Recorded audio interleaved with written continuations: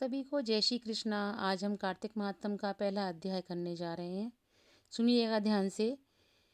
नैमिषारण्य तीर्थ में श्री सूत जी ने 88,000 शौनकादि ऋषियों से कहा, अब मैं आपको कार्तिक मास की कथा विस्तार पूर्वक सुनाता हूँ, जिसका श्रवण करने से मनुष्य के सभी पाप नष्ट हो जाते हैं और अंत समय में वैकुंठ धाम की प्राप्ति होती है। सूत जी ने कहा, श्री कृष्ण जी से अनुमति लेकर देवर्षि नारद के चले जाने के पश्चात सत्यभामा प्रसन्न होकर भगवान कृष्ण से बोली, हे प्रभु, मैं धन्य हुई, मेरा जन्म सफल हुआ। मुझ जैसी त्रैलोक्य सुंदरी के जन्मदाता भी धन्य है, जो आपकी 16,000 ऋषियों के बीच में आपकी परम प्यारी पत्नी बनी। मैंने आपके साथ नारद जी को यह कल्प वृक्ष आदि पुरुष विधिपूर्वक दान में दे दिया, परंतु वही कल्प वृक्ष मेरे घर लहराया करता है। यह बात मृतलोक में किसी स्त्री को ज्ञात नहीं है। हे त्रिलोकीनाथ, मैं आपसे कुछ पूछने की इच्छुक हूँ। आप मुझे कृपया कार्तिक महात्म की कथा विस्तार पूर्वक सुनाइए, जिसको सुनकर मेरा हित हो और जिसके करने से कल पर्यंत भी आप मुझसे विमुख न हो। सूत जी आगे बोले, सत्यभामा के ऐसे वचन सुनकर ऋषिकेश ने हंसते हुए सत्यभामा का हाथ पकड़ा और अपने सेवकों को वहीं रुकने के लिए कहकर विलासयुक्त अपनी पत्नी को कल्प वृक्ष के नीचे ले गए। फिर हंसकर बोले, हे प्रिय, 16,000 रानियों में से तुम मुझे प्राणों के समान प्यारी हो। तुम्हारे लिए मैंने इंद्र एवं देवताओं से विरोध किया था। हे कांते, जो बात तुमने मुझसे पूछी उसे सुनो। एक दिन मैंने तुम्हारी इच्छा पूर्ति के लिए गरुड़ पर सवार होकर इंद्रलोक जाकर कल्प वृक्ष मांगा। इंद्र द्वारा मना किए जाने पर इंद्र एवं गरुड़ में घोर संग्राम हुआ और वो गौलोक में भी गरुड़ जी ने गौं से युद्ध किया। गरुड़ की चोंच की चोट से उनके कान एवं पूंछ कटकर गिरने लगे, जिसमें 3 वस्तुएं उत्पन्न हुई। कान से तंबाकू, पूंछ से गोभी और रक्त से मेहंदी बनी। इन तीनों का प्रयोग करने वाले को मोक्ष नहीं मिलता। तब गौ ने भी क्रोधित होकर गरुड़ के 4 बार की गरुड़ पर भी वार किया उन्होंने गौ ने, जिससे उनके 3 पंख टूटकर गिरे। इनके पंख, पहले पंख से नीलकंठ, दूसरे से मोर और तीसरे से चकवाचक उत्पन्न हुए। हे प्रिय, इन तीनों का दर्शन करने मात्र से ही शुभ फल प्राप्त हो जाता है।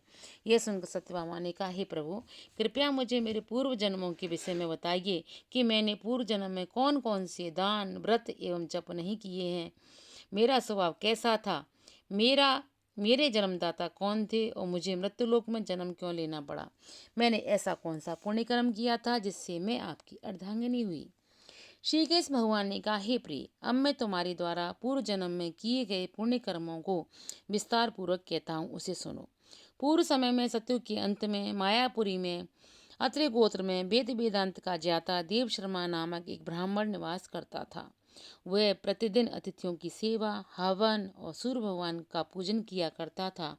वह सूर्य के समान तेजस्वी था। वृद्धावस्था में उसे गुणवती नामक कन्या की प्राप्ति हुई।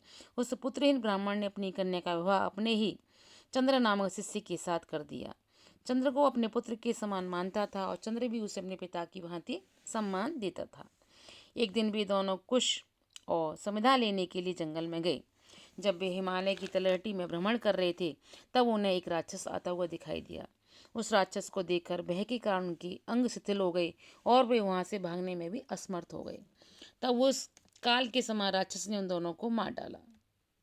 चूंकि वे धर्मात्मा थे, इसलिए मेरे पार्षद उन्हें मेरे वैकुंठ धाम में मेरे पास ले आए। उन दोनों द्वारा आजीवन सूर्य भगवान की पूजा किए जाने के कारण मैं दोनों पर अति प्रसन्न हुआ। गणेश जी, शिव जी, सूर्य व देवी, इन सब की पूजा करने वाले मनुष्य को स्वर्ग की प्राप्ति होती है। मैं एक होता हुआ भी काल और कर्मों के भेद प्रकार का होता है, जैसे एक देवदत्त, पिता, भ्राता आदि नामों से भी पुकारा जाता है।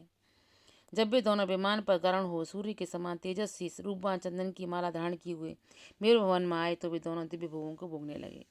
उनको कार्तिक मास का स्नान करने से दिव्य फल की प्राप्ति हुई। वो भगवान के वैकुंठ धाम में भ्रमण करते रहे। ऐसा उनको मिला जैसे सब किसी को मिला। बोलो कार्तिक महात्म की जय हो।